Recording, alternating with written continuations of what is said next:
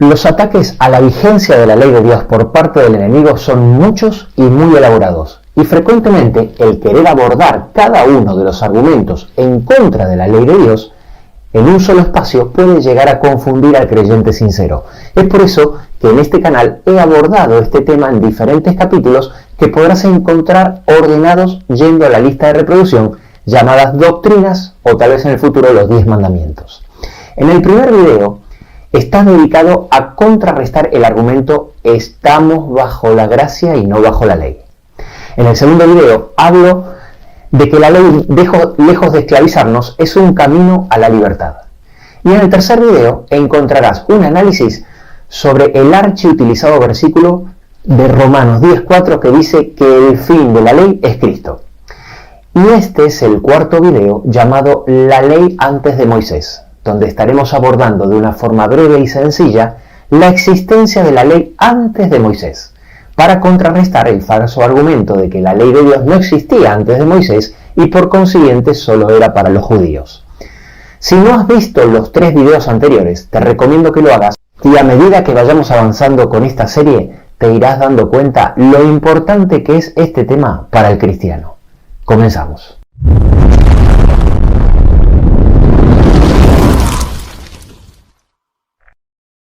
Uno de los argumentos que se utilizan muchísimo para negar la vigencia actual de los 10 mandamientos surge de la siguiente suposición: que antes que Dios le entregara a Moisés los 10 mandamientos escritos en 2 tablas de piedra, los mandamientos no existían.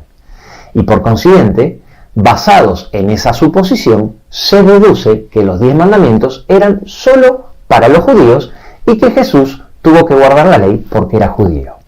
Derribar este argumento es tan fácil como demostrar que los 10 mandamientos estaban vigentes antes de Moisés y por consiguiente lo único que hizo Dios con Moisés fue darle por escrito en 2 tablas de piedra una ley que ya estaba vigente desde el principio de forma oral.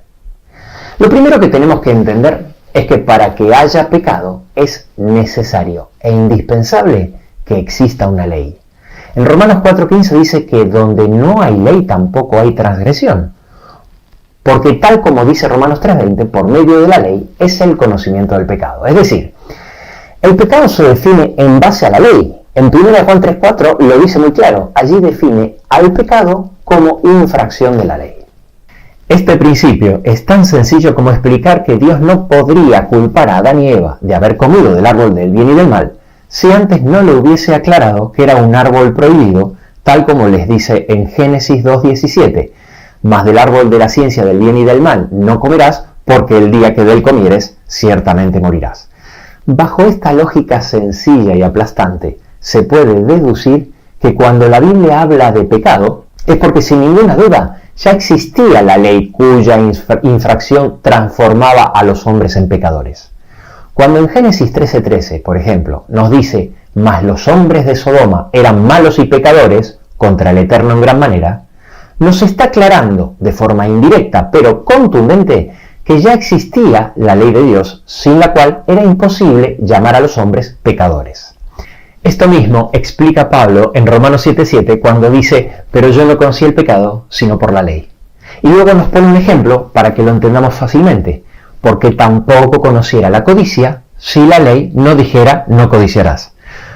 Mucho más claro lo vamos a ver ahora cuando nosotros también tomemos ejemplos donde se hace referencia a alguno de esos 10 mandamientos o a su infracción antes de la entrega de las tablas de Dios a Moisés en el Sinaí. Tomemos como primer ejemplo cuando José fue tentado por la esposa de Potifar. Cuando ella le insiste para acostarse con ella, él le responde en Génesis 39:9, ¿cómo pues haría yo este grande mal y pecaría contra Dios? Era imposible que José hablara de pecar contra Dios, a no ser que él supiese que Dios había prohibido el adulterio correspondiente al 7º mandamiento. No es el único caso donde se menciona el adulterio como pecado. También lo vemos en la historia de Abraham con Abimelech, rey de Gerar. Por si no conoces la historia, te la resumo. Abraham estaba casado con Sara, que además de ser su esposa, era media hermana de él por parte de su padre. Cuando Abraham entra en la tierra de Abimelec, debido a que Sara era muy bella y conociendo las costumbres de esas regiones, Abraham teme que el rey lo mate para poder quedarse con su esposa. Así que para evitar esto, Abraham le dice al rey Abimelec que Sara era su hermana y le oculta que estaban casados. Abimelec toma a Sara, pero antes de acostarse con ella, en un sueño, Dios le revela que no debe tocar a esa mujer y que debe devolvérsela a su esposo Abraham. Y entonces Abimelec obedece a Dios y le devuelve a Sara. Cuando Dios se revela en sueño ante Abimelec, entre otras cosas, le dice en Génesis 26, yo también te detuve de pecar contra mí y así no te permití que la tocases. Al igual que lo que pasó con José, era imposible que Dios le dijera a Abimelec que iba a pecar contra Dios mismo si cometía adulterio con Sara, a no ser que Dios ya hubiera revelado en el pasado la ley sobre el adulterio. Ambas historias, la de José y la de Abimelec, ocurrieron mucho tiempo antes de que Moisés reciba las tablas. Pasemos a otro mandamiento. En el capítulo 4 del Génesis, Caín mata a Abel y Dios le dice a Abel, ¿qué has hecho? Y en el versículo 11 Dios le dice, ahora pues maldito seas tú de la tierra que abrió su boca para recibir de tu mano la sangre de tu hermano. Desde el mismísimo comienzo de la historia, Dios había dejado claro que existía el sexto mandamiento, no matarás. De otra forma, jamás hubiese podido maldecir a Caín por realizar un acto que no estuviera expresamente prohibido por Dios. O como en el caso de Jacob cuando acordó su salario con Labán. En Génesis 30:33 dice que si no respetaba el acuerdo con honradez, se le habría de tener como hurto. Jacob no podría hablarle a su suegro Labán de la deshonra del hurto si no existiese el octavo mandamiento que dijera que hurtar estaba mal. Algunos teólogos que quieren defender que la ley existió solo a partir de Moisés minimizan estas evidencias diciendo que estos casos eran simples actos de civismo relacionados con la moral cultural y la conciencia del hombre, pero que no tenían nada que ver con la ley de Dios. En primer lugar, si esto fuera así, no se podría decir que pecaron ante Dios, como dice algunos de los textos que hemos visto anteriormente. Y en segundo lugar, también tenemos versículos anteriores a las tablas de Moisés que demuestran la existencia, por ejemplo, del cuarto mandamiento, el guardar el séptimo día como día de reposo. Este es precisamente un mandamiento que no se puede explicar con la moral de los pueblos o la conciencia de los hombres, sino con un mandamiento explícito de Dios.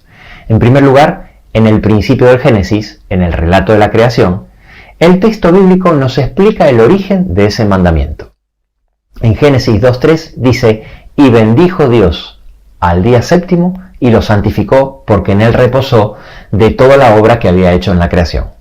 Luego, en Éxodo 16, narra la historia de cuando Dios envía el maná, también antes de que entregue las tablas de la ley a Moisés.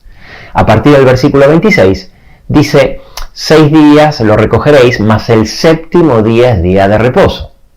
En el versículo 27 dice, y aconteció que algunos del pueblo salieron en el séptimo día a recoger y no hallaron. Y Jehová dijo a Moisés, ¿hasta cuándo no querréis guardar mis mandamientos y mis leyes? Recalcando, no solamente que el cuarto mandamiento ya existía, sino también dejando claro con esa expresión que hacía ya mucho tiempo que lo venían incumpliendo. Finalmente, en el versículo 29, termina diciendo, mirad que Jehová os dio el día de reposo y por eso en el sexto día os da pan para 2 días.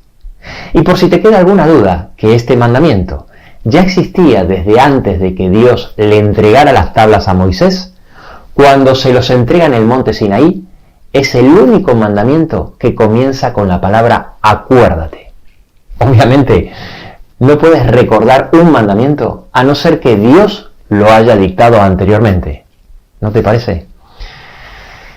Cuando Dios le ordena a Jacob que vaya a Betel y que haga un altar, dice en Génesis 35:2, entonces Jacob dijo a su familia y a todos los que con él estaban, quitad los dioses ajenos que hay entre vosotros y limpiaos. En un mundo donde todas las civilizaciones sin excepción se dedicaron al politeísmo y tenían imágenes de sus dioses, es más que evidente que Jacob dio esa orden a su familia porque ya tenía conocimiento de que existía el primer y segundo mandamiento, que dicen: no tendrás dioses ajenos delante de mí y no te harás imagen.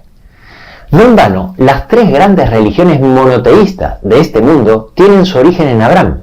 El hecho de que Jacob ordene a su familia: quitad los dioses ajenos que hay entre vosotros, es una prueba contundente de que ya había recibido esos mandamientos del Creador. La única diferencia era que antes Dios lo había comunicado de forma verbal y ahora los entrega escrito con su propio dedo en tablas de piedra. Con todas estas evidencias, cuando en Génesis 26:5 dice: por cuanto oyó Abraham mi voz y guardó mi precepto, mis mandamientos, mis estatutos y mis leyes, sabemos que allí estaban incluidos los mismos mandamientos que Dios le dio a Moisés por escrito y que han estado vigentes desde el principio. Antes de terminar, quiero compartir contigo unas breves reflexiones. La primera reflexión es que en Génesis 6:5 dice que Jehová vio la maldad de los hombres, que era mucha, en la tierra, y por consiguiente en el versículo 7 dice que decide raerlos de la faz del planeta a través del diluvio. Si fuera cierto que Dios le dio los 10 mandamientos a la humanidad recién a partir de Moisés, ¿no sería culpa de Dios de la maldad de los antediluvianos? Al fin y al cabo, ellos no sabían a ciencia cierta lo que estaba bien y lo que estaba mal. ¿No te parece? Termino diciendo que si es falso que la ley fue dada recién a Moisés y existía antes, por consiguiente es falso que la ley fuera solo para los judíos. La doctrina moderna, que afirma que la ley de Dios recién apareció con Moisés y duró hasta la muerte de Cristo, es uno de los errores más audaces y perjudiciales aceptados por el cristianismo moderno. Esta creencia desafía abiertamente la autoridad de Dios y va en contra de la razón y la lógica. Cada nación tiene sus propias leyes que exigen respeto y obediencia. Y si ningún gobierno podría funcionar sin ellas, ¿cómo es posible siquiera imaginar que el Creador del cielo y la tierra no tenga una ley para gobernar a sus hijos? Si te ha ayudado este video, no te olvides de darle un like, suscribirte y darle a la campanita. Y no te pierdas los próximos videos de esta serie que te ayudarán a darte cuenta lo importante que es el comprender que la muerte de Cristo, en lugar de abolir la ley, demuestra que es inmutable y eterna. Nos vemos en el próximo video.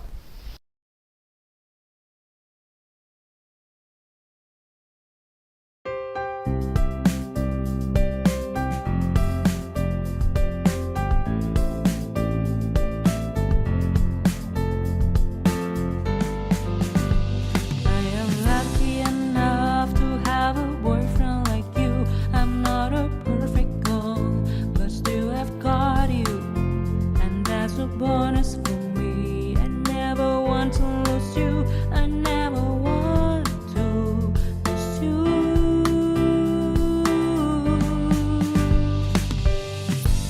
You will not believe, but it is true when I say that you are the more important person in my life. Your love has conquered my heart and left me asking for more. I love you for who you are.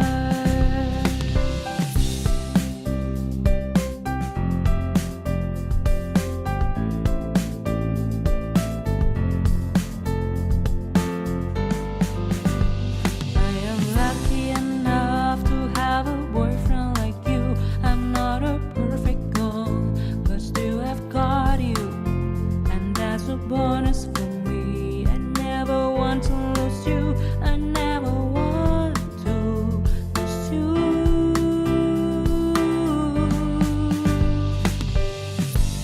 You will not believe, but it is true when I say that you are the more important person in my life.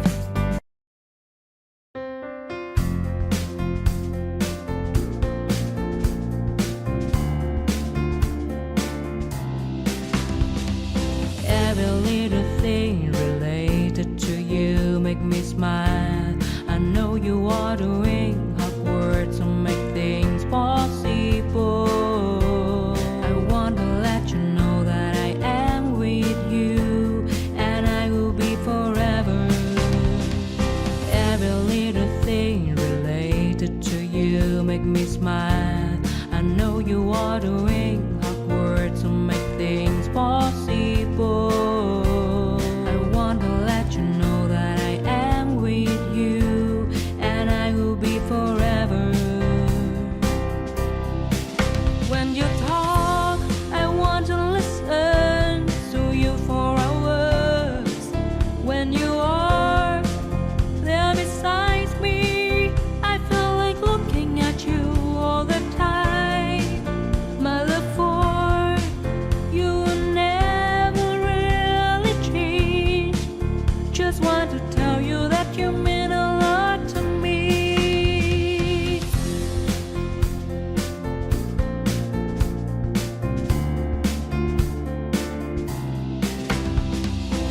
Every little thing related to you make me smile. I know you are doing